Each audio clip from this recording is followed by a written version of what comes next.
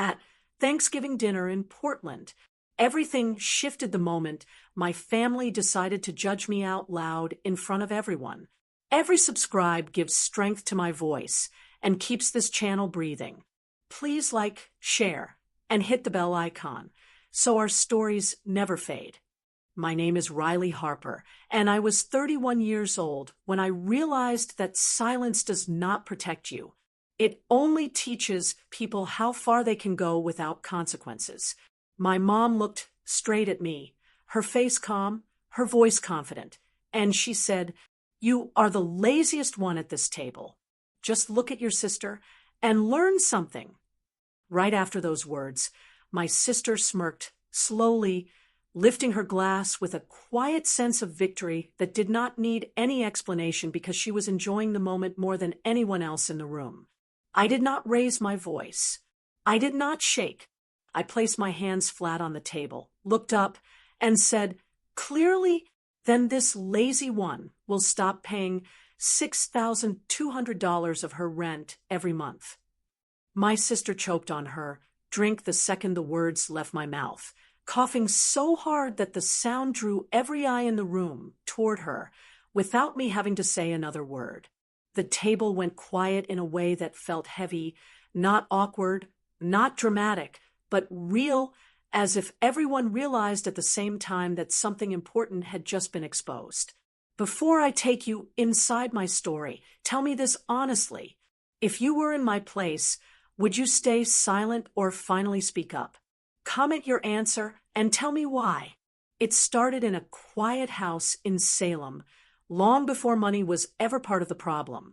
When I was younger, I learned very early how to move quietly through a room without asking for attention because speaking up never felt safe, and showing effort never seemed necessary in a house where noise mattered more than results. I would finish chores before anyone noticed, complete school projects without reminders, clean shared spaces after everyone left, and fix small mistakes that could have caused trouble later, while pretending none of it required energy or sacrifice. My sister, Lauren Harper, learned something very different about the same house. She learned how to stay visible, how to sound busy, and how to make every small action feel like a performance that deserved applause from anyone who was watching closely enough.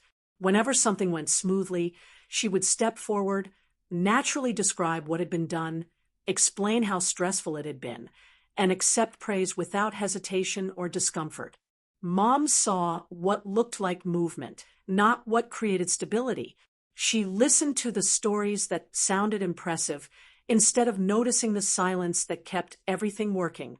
When Lauren spoke about how tired she felt, Mom believed it without question because effort was measured by tone of voice rather than by results that stayed invisible. I stayed quiet because correcting that story felt dangerous even when the truth sat heavy in my chest. Dad worked in a way that taught him to trust what he could see clearly. If someone appeared busy, they earned respect without further inspection. If someone stayed silent, they were assumed to be idle or uninterested. He never asked who carried what responsibility in small moments that did not look dramatic from a distance. He looked at surfaces instead of foundations. So my work never reached him in a recognizable form. The word lazy started appearing in small ways that did not sound cruel at first, but settled deeply into how I was seen. It would show up in comments that sounded casual, in jokes that everyone else laughed at, in expectations that never suggested I could handle more than the bare minimum. I was not called lazy for failing. I was called lazy because I did not advertise what I carried quietly. Over time, I understood something that changed how I looked at every room in that house. Effort and recognition were not the same thing. The person who spoke the loudest controlled the story. The person who kept things from falling apart stayed invisible. Work without witnesses did not earn respect even when it was the reason peace existed at all. That realization did not make me bitter in childhood. It made me careful. I stopped expecting fairness from people who never looked for it. I stopped waiting for credit that was never meant for me. I learned to protect my energy by giving less of myself to people who measured value through noise rather than through quiet effort. By the time I was grown, the label had already attached itself to my name inside that house. It followed me silently through every room. It lived in the space between what I did and what they believed. It never collapsed, never cracked, and never loosened, no matter how many responsibilities I handled without being asked. I knew long before adulthood that effort and reputation did not grow together in that family. By the time we were both adults, nothing had really changed. I built a life that looked quiet on the surface and stable underneath because that was the only way I knew how to survive in a world that never clapped for people like me.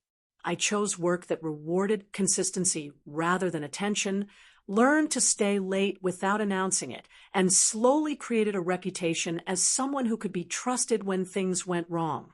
My job required focus, patience, and problem-solving that never showed up on highlight reels. Yet it paid the bills, covered insurance, built savings, and gave me a sense of control that I had never felt as a child. Lauren moved in the opposite direction without ever saying it out loud. She stepped into work that depended on image, timing, and how people felt about her in any given moment.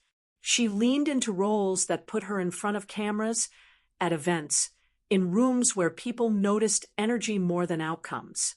She shifted from one opportunity to another, chasing visibility, collecting connections, and building the kind of social story that sounded impressive when repeated out loud. When she talked about her day, it always sounded urgent and full of momentum, even when little had actually been secured. Mom listened to those stories the way people listen to headlines. She heard motion and interpreted it as effort. She heard excitement and translated it into bravery. When Lauren spoke about meetings, contacts, or future possibilities, Mom nodded as if proof had already arrived. When I spoke about deadlines, projects, or long hours behind a screen, the response was polite but distant because my work had no dramatic language attached to it. My results lived in quiet places, so they never felt real to her. Dad never meant to be unfair, but he trusted what he could see with his own eyes. He understood physical exhaustion, visible deadlines, raised voices, movement that filled a room.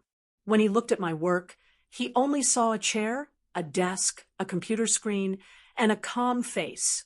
He interpreted that calm as ease instead of discipline. He called it light work without realizing that my mind never turned off, even when my hands were still. To him, effort only existed if it looked uncomfortable from the outside. At family dinners, the pattern became so familiar that I stopped expecting anything different. If someone asked what I did, I answered honestly, explained the structure of my work, tried to describe the pressure without complaining. The conversation never stayed there for long.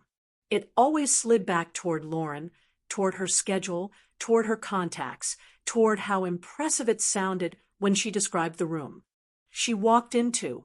I started to feel like a background character in my own story, not because I felt small, but because their attention never learned to rest anywhere else.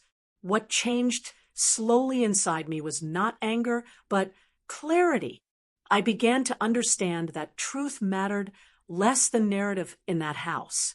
Facts did not win. Volume did. Consistency did not impress. Performance did. I stopped trying to explain myself in ways they could not hear. I stopped offering details that went nowhere. I learned to keep parts of my life private because sharing them only taught people how to minimize them. There was no dramatic argument that marked this realization. It happened quietly while I balanced accounts late at night, reviewed reports that no one at home would ever understand, and planned futures that no one asked about. I saw that my stability scared people who lived on excitement because stability could not be performed. I saw that my silence was mistaken for weakness because weakness was easier for them to understand than restraint. By then, I no longer wanted their approval as much as I wanted peace. I wanted control over my choices.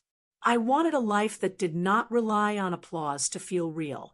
I kept building without announcing. I kept growing without performing. I let them keep their story because I had started writing my own in places they never looked at closely. That was the season of my life where I finally accepted something hard without resentment. The truth of my effort would never matter as much as the story someone else told.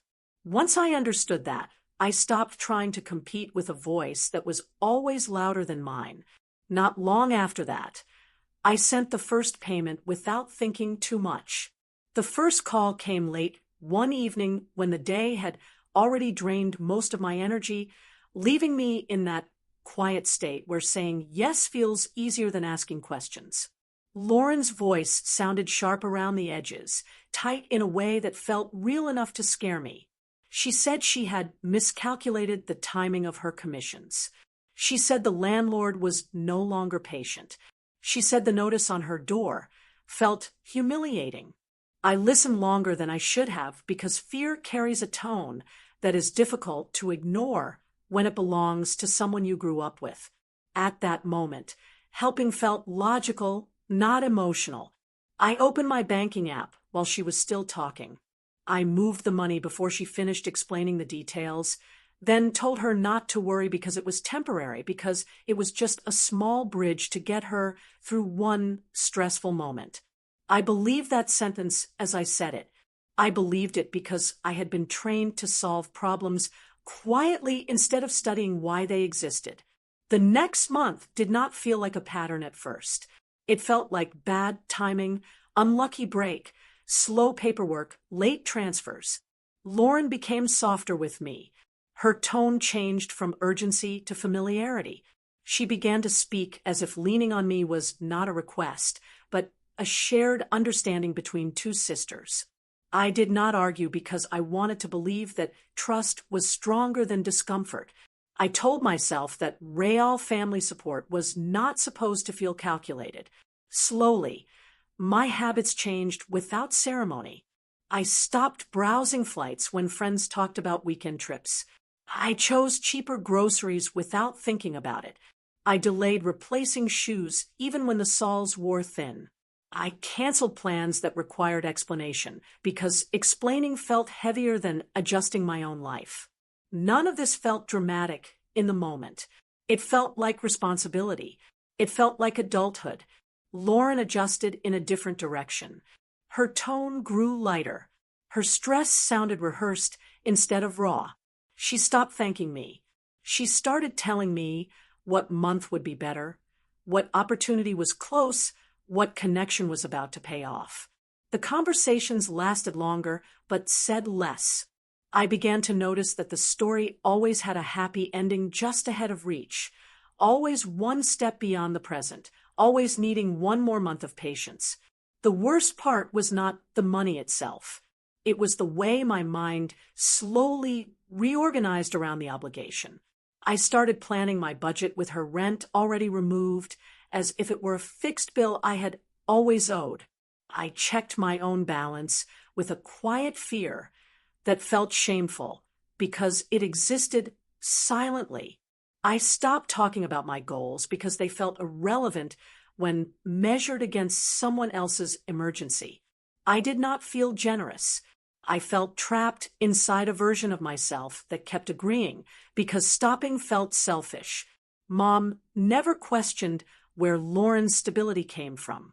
She praised effort because she could hear it. She admired movement because it looked like ambition to her. She never asked how the rent was covered. She never asked why the apartment remained untouched by consequence. She never noticed that my lifestyle grew smaller each month. Dad saw nothing unusual because nothing loud was happening around me. My sacrifice had no sound, so it had no shape in their eyes. The imbalance began to settle into my thoughts in quiet ways that did not feel like anger yet. I noticed it when I hesitated before grocery shopping. I noticed it when I avoided friends.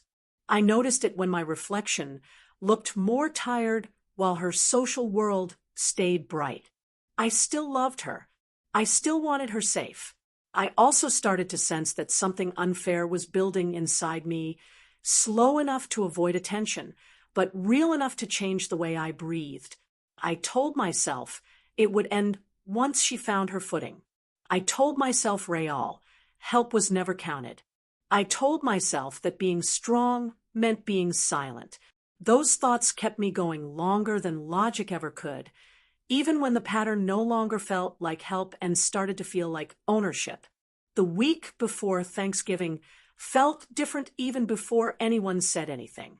Work shifted in ways I did not expect, not through noise or celebration, but through quiet recognition that settled over me like a calm weight. My supervisor called me into a small conference room where sunlight slipped through the blinds in thin golden lines, telling me that my projects had stabilized several operational gaps that others had failed to notice, explaining that my consistency had become the framework others now relied on. I thanked him with the same soft voice I used for everything serious, though something inside me softened in a way I had not felt before. Because for once, effort existed without the need for defense. As that steadiness grew, the tension on Lauren's side grew louder in a way I could feel through my phone without even unlocking it. The messages arrived wrapped in casual language built to sound like small inconveniences rather than emergencies. Yet each one carried a familiar weight that pressed gently against my sense of responsibility. She spoke about delays again, about timing that worked against her, about how certain expectations could not be postponed. I listened without arguing, though I felt the difference in my body, the way my shoulders no longer accepted the pressure as naturally as they had before. Mom shifted into preparation mode, filling the house with a particular kind of excitement that centered around presentation rather than connection. She spoke about outfits that would look good in photos, asked questions about schedules that might appear impressive to guests, spent more time describing how vibrant Lauren's life had become than asking what had been happening in mine. Her voice brightened when she used Lauren's name as if the holidays belonged more to energy than to stability. It was in the middle of this week that my best friend Tessa Morgan sat across from me in a quiet corner of a coffee shop that smelled like burnt sugar and warm foam, watching my hands wrap once too tightly around the paper cup. She did not lecture me. She did not criticize anyone. She said something simple in a tone that stayed calm, explaining that support should not erase the person giving it. She said it gently enough that I did not feel judged, yet clearly enough that I felt seen. I did not reply right away, because for the first time I could see the shape of my choices without trying to excuse them. Recognition at work continued in small, steady ways. Emails carried my name. Meetings paused for my input. My ideas moved forward without resistance. None of it looked dramatic yet. It built a quiet structure around my confidence that I had not allowed myself to feel before. Lauren's pressure felt different to me now. Each request sounded the same, as always, yet I heard it with clearer ears. The pattern no longer felt invisible. It felt mapped. It felt familiar in a way that made my chest tighten rather than soften. I noticed the way the timing always leaned toward urgency. I noticed the way the language avoided real responsibility. I noticed how often I adjusted myself without being asked directly. Mom continued talking about the table settings, the guest list, the stories she wanted the family to appear as from the outside. I nodded through those conversations while something new grew quietly in me, a thin but solid line that separated what was mine to carry from what was not. I did not confront anyone that week. I did not announce changes. I simply started drawing invisible borders inside my thoughts, deciding where my care would end, even if my love did not. By the time Thanksgiving approached, I no longer felt like a background presence in my own life. even though I had not spoken that truth out loud. When I sat down at that table, I already felt done inside. The chair felt heavier than it should have when I pulled it closer, not because of its weight, but because of the quiet pressure that had been building inside me for years without relief. I folded my hands gently, kept my eyes level with the table, and watched how easily everyone else settled into comfort that had never been meant for me. Mom lifted her glass slowly, her smile polished in a way that felt more like performance than warmth, while her eyes moved across the table with confidence, as if she already knew how the moment was supposed to look. She finally said, "I just feel proud because in this family, some people understand what real effort looks like, and some people know how to work instead of just existing quietly in the background." She paused long enough for the silence to stretch before turning her gaze toward Lauren. She added, "That's what hard work looks like. Just look at your sister." Lauren leaned back slightly in her chair, relaxed her shoulders in a way that felt practiced, and allowed a slow, deliberate smirk to appear at the corner of her mouth. She lifted her glass with a careful flick of her wrist, took a small sip, and glanced toward me briefly before looking away as if she had already decided how small I was meant to feel. I felt the familiar tightening in my chest, the pressure that used to silence me before my thoughts could fully exist. But this time, I allowed the feeling to stay without letting it bend my spine or shake my hands. I reached for my water, took a measured sip without urgency, and set the glass down with control before lifting my eyes. I said, "Then this lazy one will stop paying $6,200 of her rent every single month." My voice stayed calm. My breathing remained even. My hands did not break their stillness. The air shifted in a slow, almost visible way, not through noise, but through tension, as if the room itself needed a moment to decide how to react. Lauren's body jerked forward as she choked on her drink, coughing sharply while liquid spilled from her glass onto her shaking hand, her shoulders tightening as she struggled to catch her breath without drawing further attention.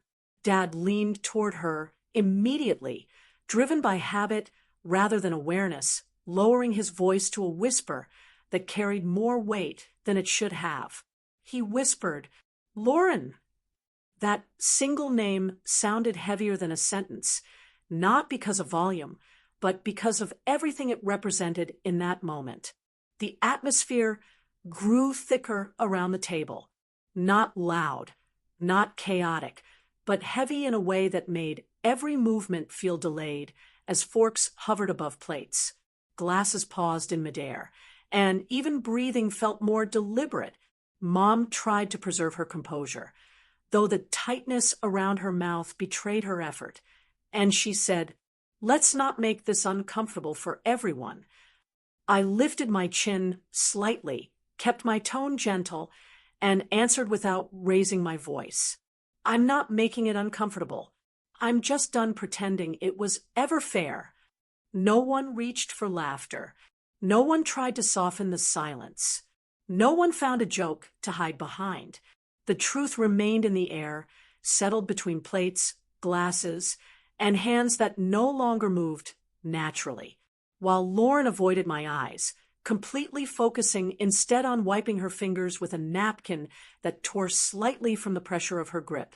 Dad cleared his throat softly, but chose not to speak, his fingers staying close to his glass without lifting it, while Mom adjusted a plate that had no reason to be moved, her hands too careful, too controlled, too slow.